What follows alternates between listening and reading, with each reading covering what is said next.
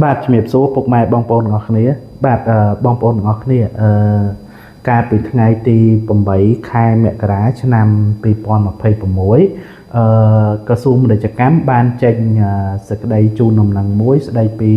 ការលើកលែងការពិន័យចំពោះក្រុមហ៊ុនខកខានតម្កល់ប្រតិវេតប្រចាំឆ្នាំតាមរយៈការពិន័យត្រឹម1ឆ្នាំចុងក្រោយបាទបងប្អូនតាមការផ្ដល់អនុសាសន៍ណែនាំដ៏ខ្ពង់ខ្ពស់របស់សម្ដេចអធិបតីនាយករដ្ឋមន្ត្រីនៃប្រជាណាចក្រកម្ពុជា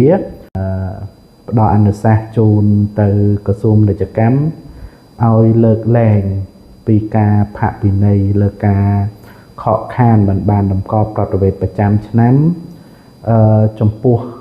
ក្រុមហ៊ុនដែលគាត់បានខកខានតម្កល់យូរឆ្នាំខ្ញុំអានសេចក្តីជូនដំណឹងហ្នឹងបានន័យថាបើសិនជាក្រុមហ៊ុនខកខានចាប់ពី2ឆ្នាំឡើងទៅក្រសួងពាណិជ្ជកម្ម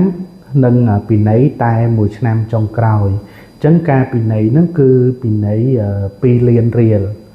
2លានរៀលហើយនឹងបង់កម្រៃប្រចាំឆ្នាំហ្នឹង80000រៀលអញ្ចឹងយឺតរយៈពេល2ឆ្នាំអញ្ចឹងត្រូវបង់ពិន័យ2លានរៀលហើយនឹងបង់តម្កល់សេវាផ្លូវការក្នុងមួយឆ្នាំ80000រៀលស្មើនឹង160,000រៀល2ឆ្នាំអញ្ចឹងបងប្អូនតើមានការលើកលែងការផាកពិន័យអញ្ចឹងការរយៈពេលលើកលែងហ្នឹងមានរយៈពេលតែ60ថ្ងៃទេចាប់ពីថ្ងៃទី8មករាឆ្នាំ2026មកតែរាប់ថ្ងៃធ្វើការអត់រាប់ថ្ងៃឈប់សម្រាកអីអញ្ចឹងបើយើងគិតទៅវារៀងគៀកថ្ងៃដែលត្រូវផុតកំណត់នៃការលើកលែងហ្នឹងហើយអញ្ចឹងបងប្អូនទាំងអស់គ្នា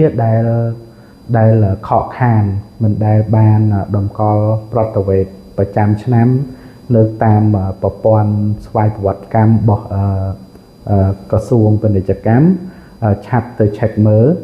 លក្រុមហ៊ុនរបស់យើងតើខកខានប្រហែលឆ្នាំ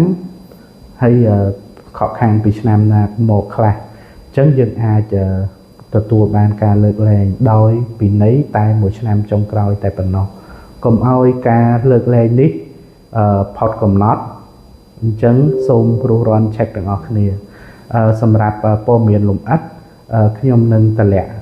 សេចក្តីជូនដំណឹងរបស់ក្រសួងពាណិជ្ជកម្មនៅក្នុងខ្ទង់ comment សូមអរគុណជម្រាបលា